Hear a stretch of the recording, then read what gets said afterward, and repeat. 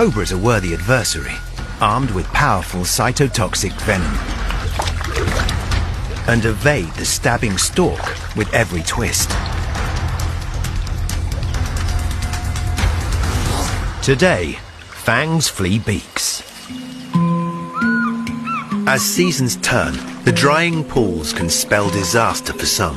He has chosen this waterhole for a good reason. Catfish circling helplessly in the dwindling pool, just like taking candy from a baby. But there's a catch. Pirates. A juvenile African fish eagle is learning an easy way to bag a meal. The stork shakes off his defeat and tries again.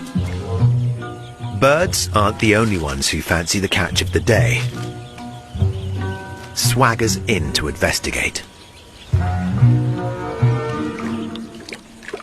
As one of Africa's most voracious predators of its size, the Nile monitor seldom shies away from a challenge.